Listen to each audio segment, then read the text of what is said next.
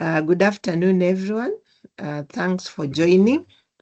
So today we shall look at teaching and learning strategies, more of the models, or at least how we can ensure that we engage our students in such a way that they adopt a deep learning approach. But before we do that, I would like you to, we'll recap the previous class for the sake of those people who are not there. And also for those of you who are there, it has been a week. So let us find out. So what I would like you to do, just go to Menti. Those of us who are joining, go to Menti. David, you can put maybe that code in the 5281. 55. Okay. Yeah, so most of the time, actually, I've been using word cloud and open-ended. But for this particular assignment, I was wondering, I tried polls, it didn't work. Down here, I think, this poll somewhere. But then when I clicked on scales, it gave me that. So those of you who maybe you come across this kind of assignment you want your students, question you want your students to do, you can use scales.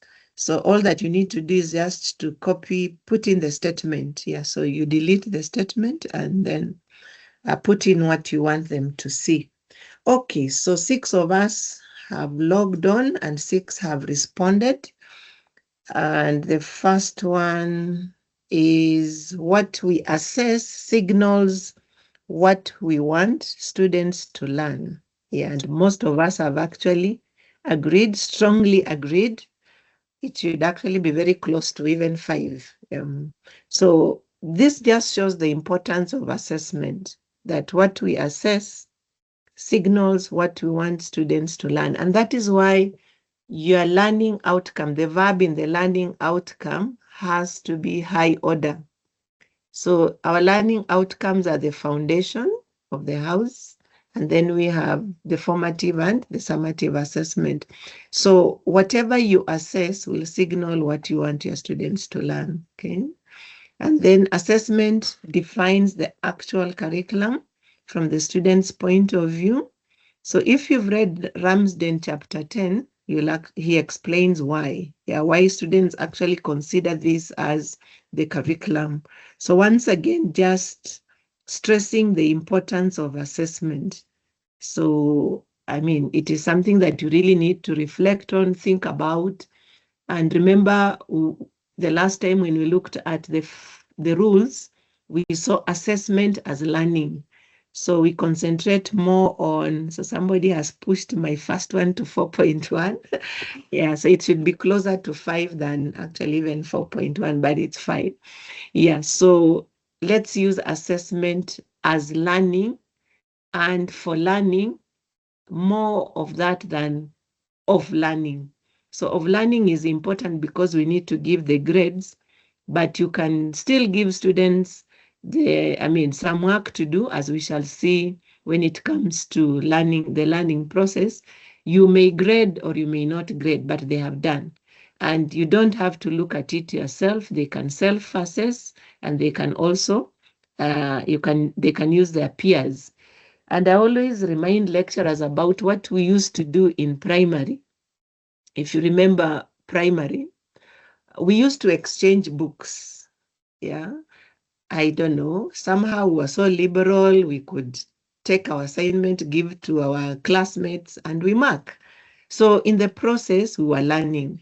But if it is just the lecturer who is going through this, the work given, then you are the one who is learning and not the students. So let us encourage peer assessment, self-assessment, and then the instructor assessment. So in that case, we shall be able to use assessment as learning. And then I think assessment is the most significant prompt of learning. I don't know why people graded that 3.4, but it is. Actually, David Board has written quite a bit on assessment. And You can even see in the next one, he talks of students can with difficulty escape the effects of poor teaching, but they cannot, by definition, escape the effects of poor assessment. So all these are just stressing the importance of assessment, okay? Yeah, and if we can move on to assessment as learning, then that would really be good. Anybody who wants to comment or say something about that? Hi, Dr. Kenyo here. Okay, good. I just want to confirm, for me, for question number 3, the importance, I don't know why I had strongly disagreed with board, saying assessment is the most significant prompt for learning.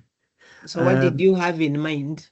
So, yes, now I had disagreed because I remember within some of the teaching notes we were to go through, there were those learning activities, learning through acquisition, inquiry, discussion, through practice, collaboration, and then there was that other one of production. So I don't know, I felt that assessment did not come out in any of them as strong learning activities.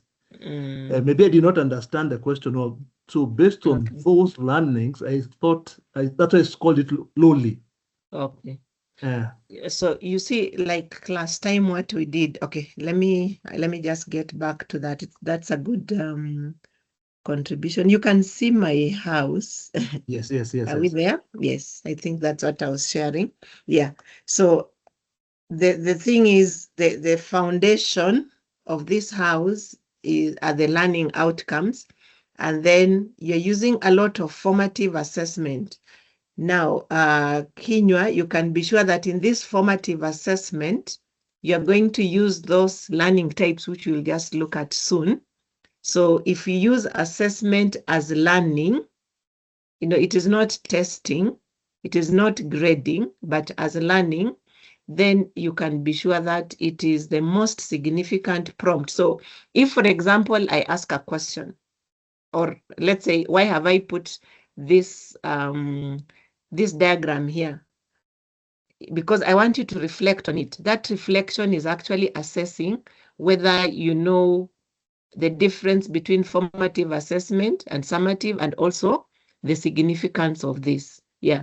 So if you look at assessment as learning, if you go back to those rules that we had looked at, then it is the most significant prompt, because as a lecturer, you're likely to stop and ask a question on the important concepts, not just anything. So I don't know whether that. Okay. Yes. Thank you, Dr. Okay, fine. Good. Any other? I don't know. Okay, let's see. Eva Maina, let me hear your voice.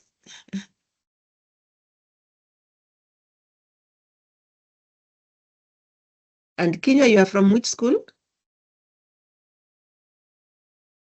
I'm in SI. Okay, good. Eva Maina is not. Okay, fine. So at least, those 4 statements, basically what they are stating is the importance of assessment, and more so formative assessment. And then I maybe thought we could just look at, let me see whether we can look at these rules again. Then we can move on to the teaching and learning types. Station 2, assessment. Okay. Yeah. Just a recap so that, yeah, so this handout is up. You can read through, or you just go to chapter 10 and you can read through these rules, pages 204 and 205, and he explains all this. Yeah, but then I also picked 1 or 2 things and just attached here so you can read that. And these rules, we saw that they stress assessment as a measure of the quality of students' learning. I found that big, yeah, profound. Yeah, when you think about it, what are you assessing? Yeah, so if you've just taught students to define, to describe, then that is the quality. You want them to get there. Yeah, but as Kinywa said, if we get a little bit deeper, we shall see that you'll be assessing the quality, I mean, the learning that you'll be assessing, the quality will actually be high. Yeah, so we need to use that. So you can read through this. I just cut and pasted a few of the things that he had talked about. Yeah. So assessment is about getting to know our students and the quality of their learning. So if we look at it like that, it will not be like, it will not even be a big issue for us, because you're thinking, okay, how am I going to set this exam or an assignment? No, it is the way you plan. So how you plan your classes, assessment will be taken care of. Okay. And then we looked at this with the group on Tuesday. So you can just check through these rules, and they're on feedback. And as I said, so if you have five concepts in your course, please have at least 5 assignments, okay, or five assignments, that other than, of course, the cuts, whereby you can either give feedback, or students can assess themselves, or they can peer assess. So what I normally do with my students, I give, for every concept, I give an assignment and ask them to upload. So I mark the ones that are required first, give feedback, but the ones that maybe are needed for grading at the end of it, I'll just check later and give them feedback when they are close to the exam time, so that they can use that for revision also. Yeah. So I mark, but I don't grade all of them. Yeah. So don't give yourself a lot of work, but try to use these 3 methods. And then these other rules were on a variety. Yeah. So, and I like just this. So no assignment should be set unless the lecturer who sets it is prepared to discuss with students what an appropriate answer to it would have consisted of. The prudent use of model answers, either taken from students' work or especially written by the lecturer, is an excellent form of feedback. Yeah. So don't give an assignment if you're not ready to give them feedback. So even at the end of the semester, when I mark in e-learning, I have my rubric. So I tell them, this is where you went wrong. Yeah. So please discuss even just the terms that we use. When you tell students, like I remember in my master's class, I asked them to synthesize. They had worked in different groups. So I was telling them to synthesize. And somebody asked, Madam, what do you mean by synthesize? And this was their last semester. Yeah, so it means that all along, we've not explained those terms that we use as our verbs to our students. Yeah. Then use a variety of assessment methods. So remember the elephants and the monkeys and everyone else climbing the tree, okay, the fish. So if we use a variety of assessment methods, yeah, like today I've used scales, I can use word cloud. So that is part of assessment. Assessment is not a big thing, okay? It's not a big thing, just to help your students reflect and learn deeply. Okay, so with that, I think I will move on to... Yes, thanks, Mary. Can you explain a bit more about how to do peer assessment? Peer assessment. Okay. Peer assessment is just exchanging. Yes, so should I read your work. Mm-hmm. I read your work, you read my work. And in fact, actually, okay, now that you've asked about that, let me... Okay, if I read your work, the question is, how would you do it in class? Like what I normally do when I return for example, even the cat, okay? When I return, that is of course more of peer learning, but when I return the cards, I insist on my students looking at least one other cut paper to be able to learn from the mistakes of that person. Yeah. Otherwise, peer assessment just means I look at your work, And I wanted to show you how to use the 2 stars. I'm not sure whether I had opened that, but let me just show you. Assessment. I think it must So be Mary, in. if I can just add, so it's Yes. peer assessment is more for learning rather than like a summative assessment. You could still use it for summative, but what happens with our students when you ask them to assess the others, okay, some of them can really be strict, especially if you have a rubric. Okay, you can use it. You can still use it for summative. So I give you, for example, I think there's one of the lecturers. So I give you a rubric. So when students are presenting, the others are assigning marks. So they grade. So they are basically assessing. So even the group presentation, it should not just be you alone. Okay, you can use that. And I wanted to show you this one of 2 stars and a wish. So the peer assessment is particularly useful for writing. So students are paired and asked to read each other's written work. The reader must identify 2 things the author did. So those are the stars, and 1 specific suggestion for the improvement. Yeah. So you could do that. Okay. Okay, thanks. Yeah. So basically to assist the others also to learn, because some of them normally think that some of these subjects are really tough. But when they go through their friends' work and see what their friends have done, then they realize that you are not as mean as they think you are. Yeah. And they also learn in the process. Yeah. So just using classmates to learn. Let's say that, yeah. Okay, so can I move on now?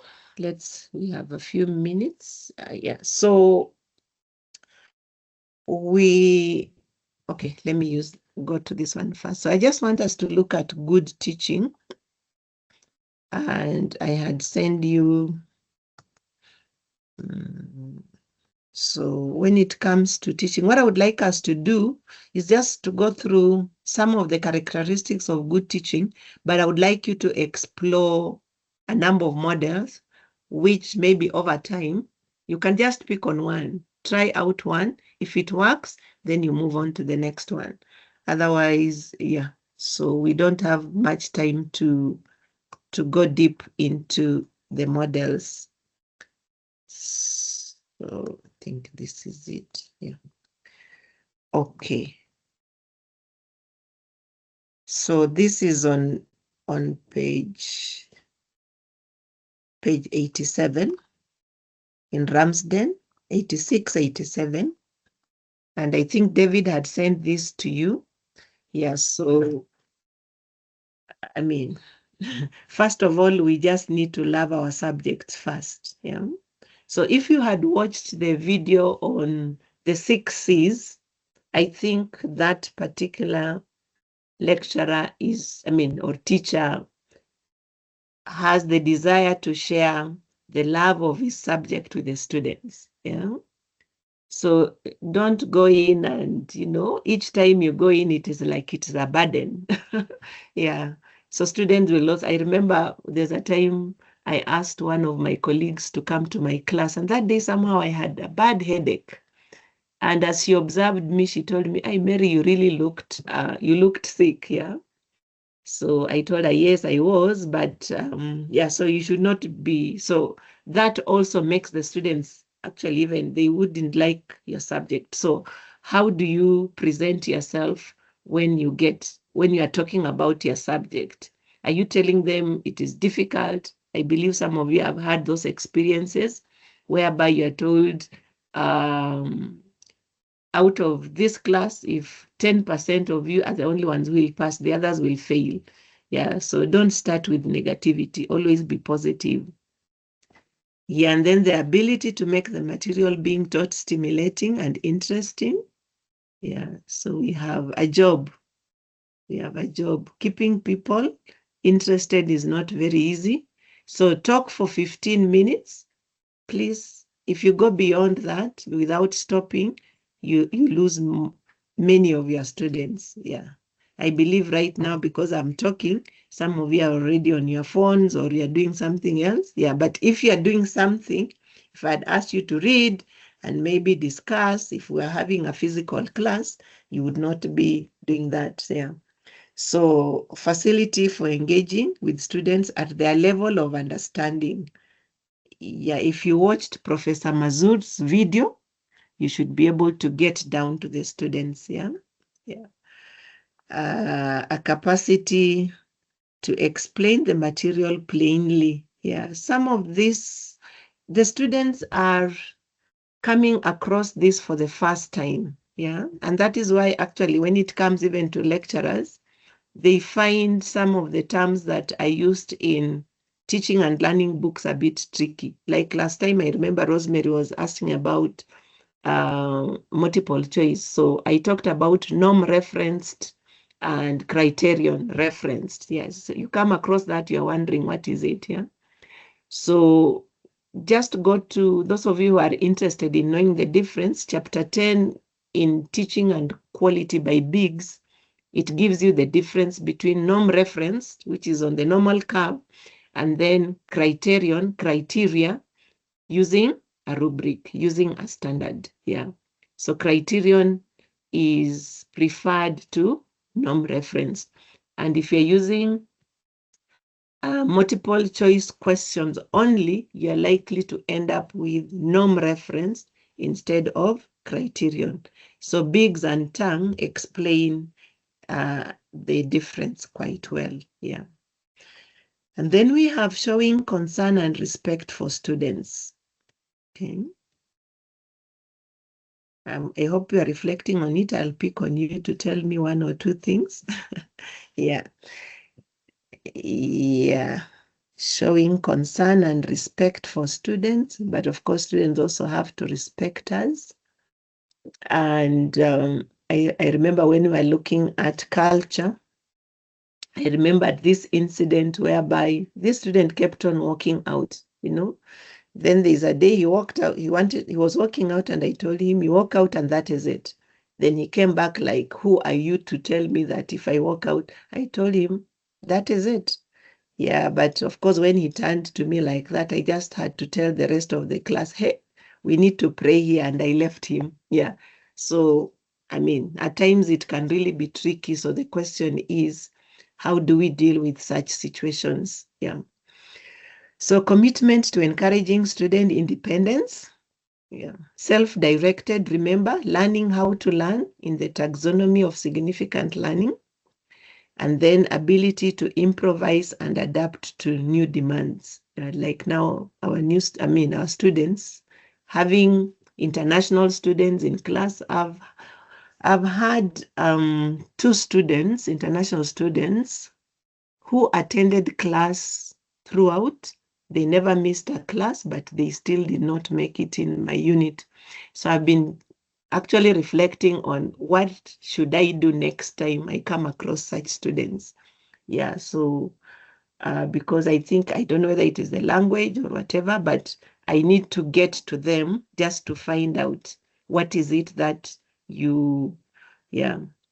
Then I like this one, using teaching methods and academic tasks that require students to learn thoughtfully, responsibly, and cooperatively.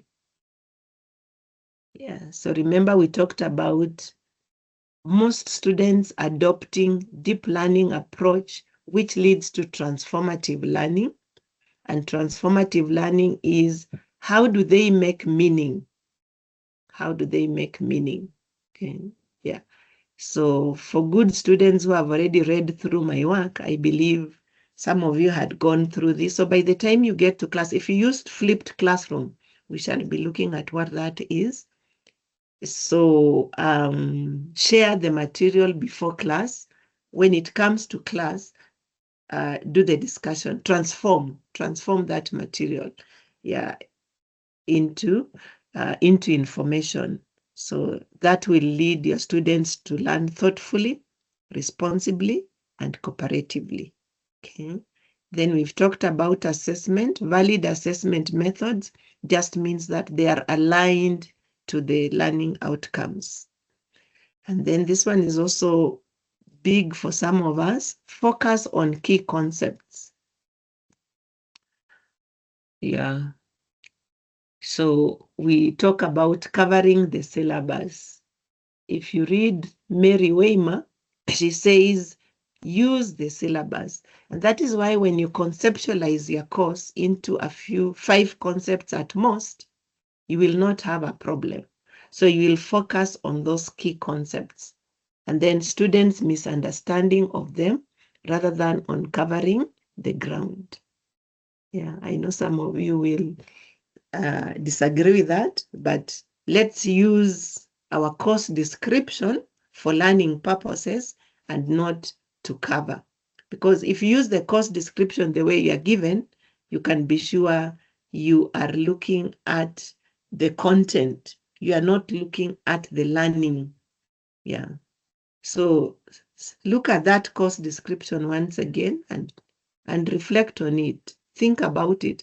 How can I ensure that my students learn the key concepts in this subject?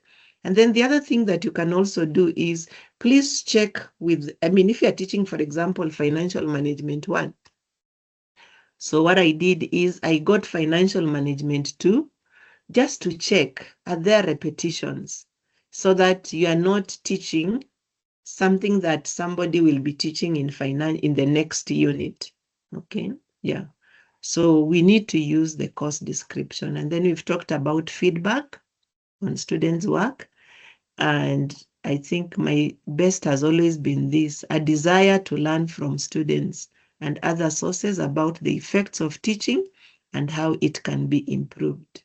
Yeah. So when you use assessment as learning, there's so much that you learn from your students. I think you left me there thinking about how to do this peer evaluation.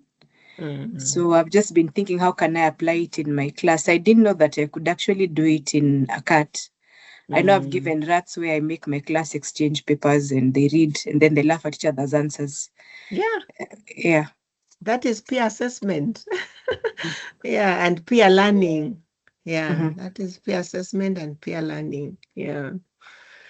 Okay, fine. So let us look at the conversational framework. You can watch the video. David had shared this. David, you can share the, let me see. You can share the link to the Padlet. So All right, David just a shared moment. this. Yeah. Okay. So those of us, you can read through. Okay, these ones are additional. David, I'll send you this so that you can resend. I'm not sure whether we shall be able to look at Impactful 5. We shall look at a bit at the thinking hearts and then elements of thought. You can look at them later.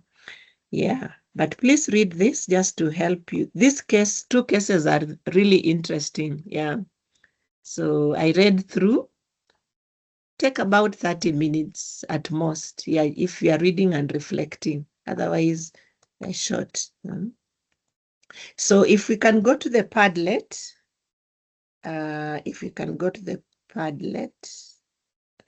It's on the chat. Okay. So Kinywa had talked about, had taken us through a bit of it. So it means is a good student who has gone through the 6 learning types. Okay. Now, I'm thinking that we could still have one more session on Tuesday. And David will take you through, I will take you through Bob's, those of you who will be available, because Thursday is Holy Thursday, the university will be closed. So we can look at how to structure a lesson. And then Dr. Masharia can share how he uses a Padlet. This is a Padlet. It is a collaborative tool. You can use it in class. And then David can actually take you through how you can create one. Okay, yeah. Otherwise, this is a Padlet that you can use. Last time somebody was asking, is it free? So it was created on one of the projects that I've worked on. And all that you need to do, so it gives us, so if you watched the video, Diana talks about the 6 learning types. So we use acquisition, investigation, and discussion for students to get the content, the theory, okay? But then if you're talking about the practice, then we need to take our students into practice, production, and collaboration. Okay, yeah. So most of us, we teach in such a way that, actually, I'll show you one of my, I just realized that I use more of acquisition and discussion. I rarely use investigation. Okay.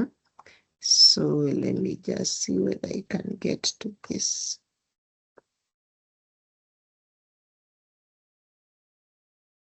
To scroll down. Okay, sorry. Yeah. So when it comes to acquisition, all that we are saying, this creates the opportunity for learners to develop concepts through listening. What you are doing now, you're just listening, watching a video, reading a book. So if I walked away today, you can be sure all that I would expect of you is just to give me what you have heard. Okay, yeah. But then once, okay, before even acquisition, talking about this, or after the students have acquired, you can ask them to inquire. This is more of inquiring. So creating an opportunity for learners to actively engage in discovering something.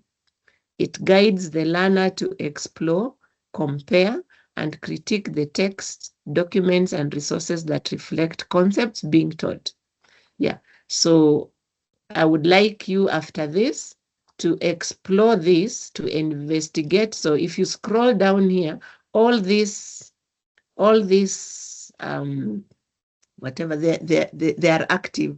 So when you click on it, it takes you to other websites. Others are not active, but most of them are. So you can really learn how are people using acquisition. So you can watch the video on flipped classroom, what is a flipped classroom there, and so on. So that will fall under investigation. So if I had put you in groups, you could easily just discuss. So it creates the opportunity for learners to articulate their viewpoints and exchange ideas. Okay, we've had a bit of discussion, but not proper discussion. So small groups, it is important when you're using jigsaw reading, students can actually discuss, yeah? So listening, responding, articulating, and arguing. So this is different from collaboration in the sense that with collaboration, we shall see they must produce something, okay? So most of us actually end here. And if we end at discussion, then, or most of our learning ends at discussion, then what happens is the students, most of our students will not adopt the deep learning approach. And that is why Diana Laurillard came up with this framework. She says that if we can incorporate all of them, all the 6 learning types, you can't do this in one session.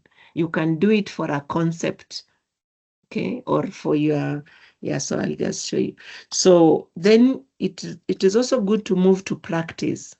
So after they have discussed, those of us who teach computational, give them questions to practice, problem sheets, okay? Those of you who teach theory, ask them to write something, an essay, a brief, a policy, you know, they can come up with, yeah, so let them practice that. And you can see that is where now peer assessment, people who are asking about peer assessment, you can read more on this. I hope it is still active, okay? Yeah, so how do you use peer assessment? And then for every concept, creates the opportunity for individual learners to consolidate what they have learned by producing an output. Yeah, so we have outcomes and output. If you check on my session plan, I'm hoping that after this, you'll review your facilitation plan, your course, and come up with a better course. So that is going to be the output. And then Dr. Dimba has talked about a teaching portfolio. So when you're looking at teaching portfolio, at the end of it all, I want to see the teaching philosophy, something. It has to be an output, something tangible. Yeah, so the question is, and tangible means it could even just be a 1-minute paper. Okay, it doesn't have to be something huge. Okay, and then we have always complained about one person taking over the discussion. But if you take them to collaboration, then they will be in a position to integrate and develop concepts by working together on a project and producing a shared output. Okay, yeah. So if it is a presentation, how do you ensure that each and every person has collaborated? Okay, yeah. So I leave you with this. So all that you need to do, just scroll down. Most of this whatever, they are active. The other day I clicked on acquisition and it took me to contract grading. There's this lecturer who uses contract grading in her class, and basically the students decide, I'm going to get a C. So you work towards a C, but I'm going to work to get a B, Yeah, it was interesting. It was a 54 video, whatever, but yeah, how many times do we sit in front of the TV? Many hours. So it was some good learning. Okay, so this is a tool you can use for your teaching strategies. Okay, it is available. It is online. And I mean, yeah, if you use that link, I don't think it will disappear. So see how much you can do. And maybe when we get time, one time I was hoping, she came up with the designer, and it can show you, let me just show you what I've done. There are many things. So it can also,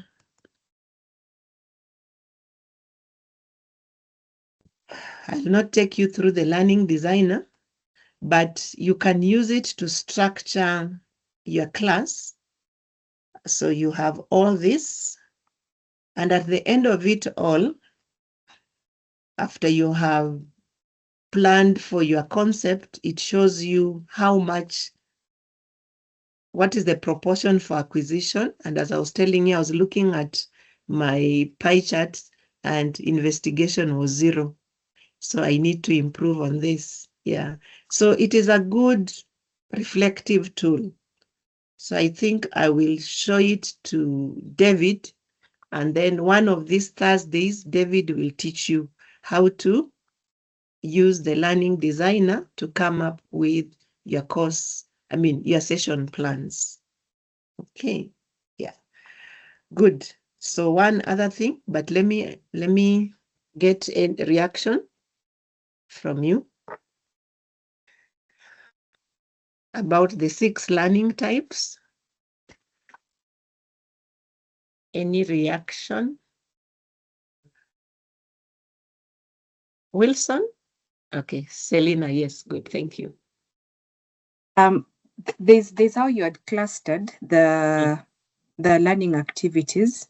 I don't remember what you had referred to them. So the first 3, you gave them a certain name. And then the last 3. Yeah, this one we use them. Okay, if you listen even to and read more, investigation, up to here. Acquisition, investigation, discussion is for theory. Acquisition, getting the theory. But practice, production, and collaboration enables students to relate the theory to practice. And remember, we talked about meaningful learning. So the students will only make meaning if you take them through, this.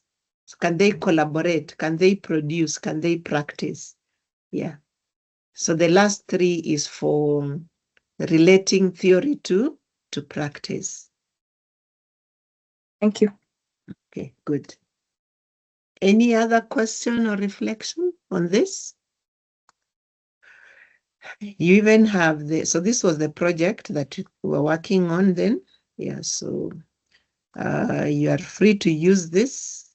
It was Fia and Affelt is there. You can even check, this tool is actually on INASP, the INASP website.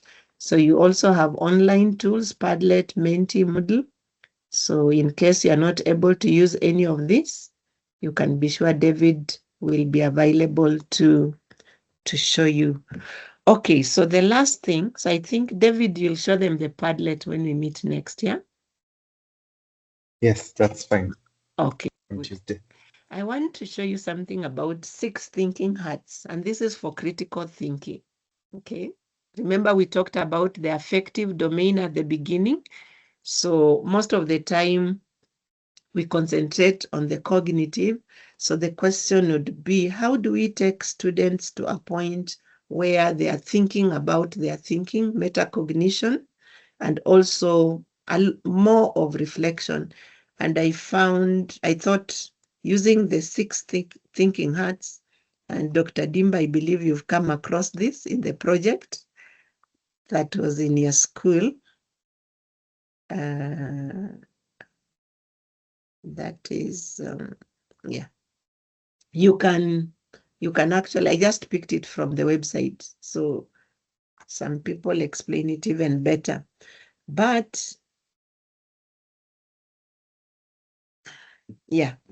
So in the Tuesday group, people were wondering what they will do with it. But let's just, so somebody came up, it's a Bono, I think that is the name. So he came up with these 6 thinking hats with different colors. So I think, okay, what I've been reflecting on is in one session, I could easily go in with a yellow or a green hat, okay, or white. And if it is yellow, then, okay, the thinking hats. So the white hat is about the information, okay? You can see. What facts have you learned today? What information are you now sure of? So I could easily tell my students, today we want to look at the white hat, use the white hat, yeah, okay. Yeah. Then the black hat, reflection. What things could you have done better? Yeah, maybe after a cut or an assignment, yeah, instead of me asking them to write where they went wrong, I could simply use this black hat, reflection. Then the green hat, what new ideas could you use? Yeah, so this is taking them again further than into practice, because I remember I used some of those statements that I gave you on reflection in my financial management class on capital structure. And one of the students had actually to go and ask a relative whether he's aware of capital structure. Yeah, and I thought that was something. So he came and shared. So what new ideas could you use? Then the red hat, what do you feel about your accomplishments? I don't think we normally ask our students about some of these things. We just pump and pump, give them so much, yeah? And then the blue hat, overall, what would you say about your progress? What questions do you now have? Yeah, maybe this could be good for my international students, yeah? What are the highlights of your work? Yeah, so maybe that is something that you could also use in your teaching for reflection. And there is a lot of material on the same, yeah? And I want to stop there, unless somebody has So we look at the others, Impactful 5, I think Dr. Mthuma, that one we've already done with you. So we could take a framework and use it and go through it. So please try out some of these things, and then during the coffee in one gulp, you can share. If not, I think we can also be having maybe 1 hour in a month just for people to come together and talk about their teaching. That would really be good. Okay. So any comment or question on teaching and learning strategies? So it is up to you now to explore what is good, but the idea, I think, was more of the theory that guides. So don't just use teaching strategies for the sake of it. Why are you using it? It has to be aligned to your learning outcome. And the idea is for students to learn. Okay, yeah. Yes, Prof. How are you? I'm okay. Yes. I've gotten something from today's session, particularly the strategies I've realized I'm using. Like for me, there are some practicals which my students do. There are those ones, they do some projects. That is maybe something to do with collaboration. Then I've also realized that there are some aspects which maybe I was not using. So at least I've gained something. Okay. That's what I can say. Thank you so much. Okay, good. Kinyua, now when it comes to the 6 learning types? Yes, for me, it's been a total learning process. And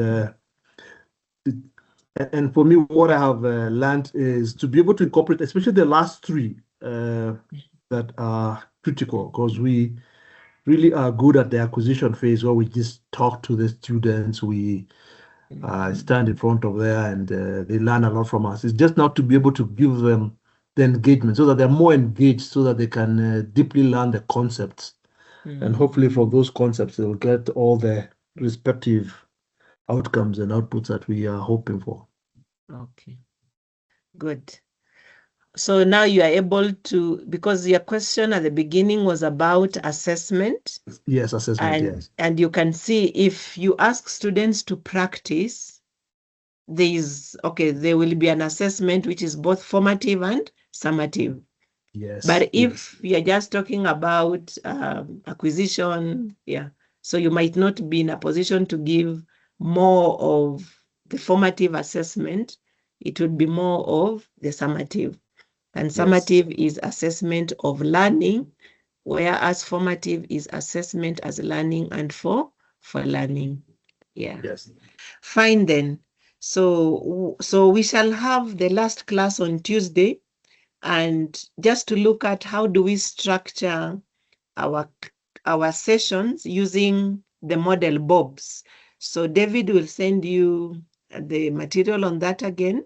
So we don't just walk into class and start talking. There is a sequence, okay? There is a way that you can actually ensure that by the time you are walking out, you have engaged your students in a number of things, okay? So that is what we shall do. And then David will take you through creating a Padlet like this one. How do you use it collaboratively? How can students use that collaboratively? And if Dr. Masharia will be there, he will show us how he uses it in class.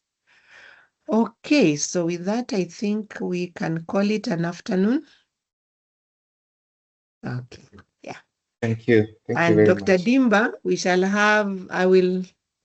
I can have a session on teaching portfolio for those people who are interested. Yeah. I will send out an email. Okay. Okay. Good. Thank you. Thank you very much. Okay. Bye.